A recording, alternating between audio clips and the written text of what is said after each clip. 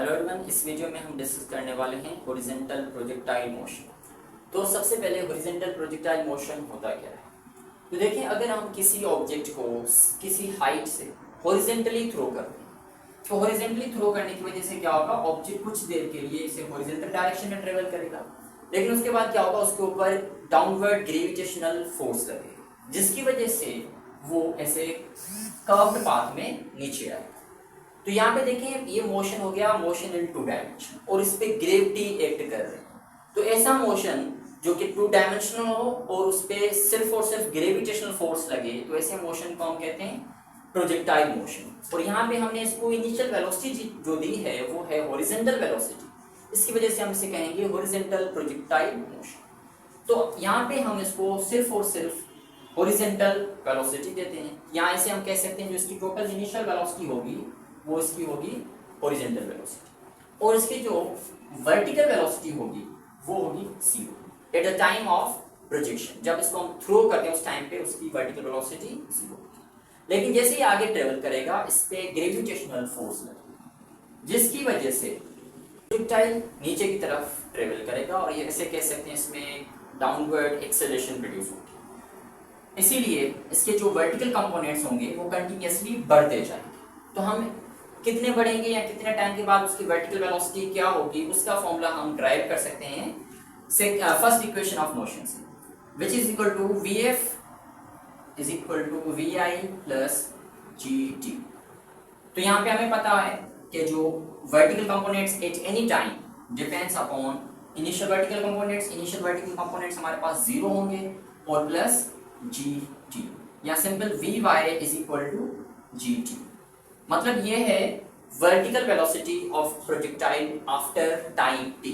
मतलब अगर हमें इस पॉइंट पे वर्टिकल वेलोसिटी फाइंड करनी है तो हम देखेंगे यहाँ पे t हम क्या रखेंगे, यहाँ से लेकर यहाँ तक आने के लिए जो टाइम लगा है वो हम रखेंगे। अगर हमें इस पॉइंट पे वर्टिकल वेलोसिटी फाइंड करनी तो हम देखेंगे टोटल टाइम कितना लिया उसने ग्राउंड तक आने की, वो हम यहाँ पे t की जगह रखेंगे, तो हमें वर्टिकल कंपोनेंट्स ऑफ वेलोसिटी मिल जाएगी। और अगर हमें टोटल वेलोसिटी फाइंड करनी है, मतलब टोटल वर्टिकल और हॉरिजॉन्टल कंबाइन करके जो टोटल वेलोसिटी है वो किसके बराबर होगी, Vx स्क्वायर मतलब horizontal components square plus vertical component square. तो ये होगी total velocity of the projectile. उसके बाद time of flight. Time of flight होता क्या है, प्रोजेक्टाइल को यहाँ से रिलीज होने से लेकर ग्राउंड तक हिट करने के जो टाइम लगता है उसे हम कहते हैं टाइम ऑफ फ्लाइट, या वो टाइम जिसके दौरान वो एयर में रहेगा। ठीक है, तो ये हम फाइंड कर सकते हैं with the help of second equation of motion, क्योंकि उस इक्वेशन में टाइम भी होता है और हाइट भी मिली होती है। और इसमें देखिए हॉरिजॉन्टल प्रोजेक्टाइल मोशन में मोस्ट केसेस में हाइट मिली होती है, तो हाइट की हेल्प से हमें टाइम फाइंड करना होगा। तो इक्वेशन हमारे पास है height is equal to VIT plus GT square, sorry half GT square. तो हमें पता है जो इस केस में वर्टिकल वेलोसिटी, यहाँ पे हम वर्टिकल वेलोसिटी लेंगे क्योंकि हम तो टाइम फाइंड करते हैं with the help of vertical components of velocity लेंगे। तो यहाँ पे VIT जीरो होगा multiply by t plus 1/2 GT square. h यहाँ पे हमारे पास ये जीरो हो जाएगा, यहाँ पे बचेगा हमारे पास half GT square. Time find करना है तो ये 2 इधर डिवाइड करेगा इधर मल्टीप्लाई करेगा, 2h और g इधर डिवाइड करेगा is equal to t square. अगर हमें स्क्वायर खत्म करें तो यहाँ पे हम क्या देंगे, अंडर रूट देंगे, 2h upon g is equal to t। ये हो गया टाइम ऑफ फ्लाइट का फॉर्म। मतलब यहाँ पे हम हाइट जो रखेंगे वो हमें किस हाइट से प्रोजेक्टाइल को हमने थ्रो किया। उसके बाद हमारे पास एक और टॉपिक है जो है रेंज ऑफ प्रोजेक्टाइल। तो देखिए रेंज क्या होता है, हॉरिजॉन्टल डिस्प्लेसमेंट, मतलब इस पॉइंट से लेकर इस पॉइंट तक जो ये हॉरिजॉन्टल डिस्टेंस है इसे हम कहते हैं रेंज। तो ये देखिए हॉरिजॉन्टल डिस्प्लेसमेंट है तो ये डिपेंड करेगा हॉरिजॉन्टल कंपोनेंट्स ऑफ वेलोसिटी। तो हॉरिजॉन्टल कंपोनेंट्स वेलोसिटी मतलब Vx, और ये हमेशा through out the motion constant रहते हैं। इस वजह से यहाँ पे जो एक्सेलरेशन होगी वो होगी जीरो, और जब एक्सेलरेशन जीरो हो और हमें डिस्प्लेसमेंट फाइंड करना हो तो हम सिंपल वेलोसिटी का फॉर्मूला यूज कर सकते हैं, which is equal to velocity is equal to distance upon time। अगर हमें रेंज फाइंड करनी हो तो इसको हम इस तरीके से अरेंज कर सकते हैं, वेलोसिटी मल्टीप्लाई बाय टी, ये टाइम इधर मल्टीप्लाई, और डिस्टेंस को हम रेंज से रिप्लेस करते हैं, वेलोसिटी को हम हॉरिजॉन्टल वेलोसिटी से रिप्लेस करते हैं, मल्टीप्लाई बाय टी, और ये टी क्या होगा, टाइम ऑफ फ्लाइट, मतलब total time of flight, total time जहां से ड्रॉप होने से लेकर या थ्रो करने से लेकर ग्राउंड तक हिट होने के लिए जो टाइम लगा है वो हम लिखेंगे यहाँ पे टी की जगह। तो ये एक फॉर्मूला हो गया अगर हमें टाइम मिला हो। अगर टाइम ना मिला हो, हमें हाइट मिली हो, मतलब क्वेश्चन ऐसे है कि हमने किसी ऑब्जेक्ट को किसी सर्टेन इनिशियल वेलोसिटी से हॉरिजॉन्टली थ्रो किया है और वो जमीन पे आके हिट करता है, तो बताएं वो कितनी उसकी रेंज होगी। तो उसके लिए फॉर्मूला क्या होगा, यहाँ पे देखिए हमें टाइम पता नहीं होगा तो हम लिखेंगे vx, टाइम इधर से लेंगे, इस t की जगह लिखेंगे 2h अपॉन g। तो ये हो गया फॉर्मूला जब हमें हॉरिजॉन्टल प्रोजेक्टाइल मोशन में रेंज फाइंड करनी हो और हमें टाइम ना मिला हो बल्कि हाइट मिली हो जिस हाइट से हमने उसको थ्रो किया। तो कभी कभी हमारे पास कुछ ऐसे क्वेश्चन होते हैं जिसमें हॉरिजॉन्टल प्रोजेक्टाइल मोशन और ऑब्लिक प्रोजेक्टाइल मोशन कंबाइन, उसके कॉन्सेप्ट्स कंबाइन किए हुए।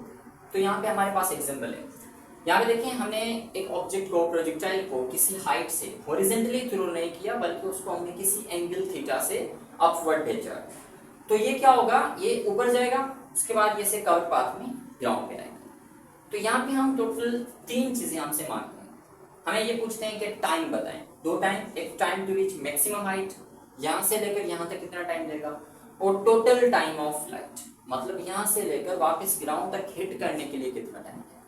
और दूसरा हमें हाइट पूछते हैं, मतलब ये प्रोजेक्टाइल टोटल कितना ऊपर जाएगा, तो हमें ये वाली हाइट फाइंड करनी होगी। तो ये देखें सिंपल, ये वाली हाइट आप सिंपल ऑब्लिक प्रोजेक्टाइल मोशन के फॉर्मूला से कर सकते हैं और उसमें आप ये वाली हाइट प्लस कर देंगे तो ये टोटल हाइट हो जाएगी प्रोजेक्टाइल। और उसके बाद हमें ये रेंज भी पूछते हैं, तो रेंज एक तो ये होगी ऑब्लिक प्रोजेक्टाइल मोशन, एक होगी टोटल रेंज ऑफ प्रोजेक्ट। तो हम इनके फॉर्मूलाज टाइप करें। सबसे पहले टाइम, एक होता है time to reach maximum height. तो ये मैंने आपको बताया कि ये वाला जो सेक्शन है यहाँ से लेकर ये वाला सेक्शन, ये बिल्कुल ऐसे ही बिहेव करेगा जैसे ऑब्लिक प्रोजेक्टाइल मोशन।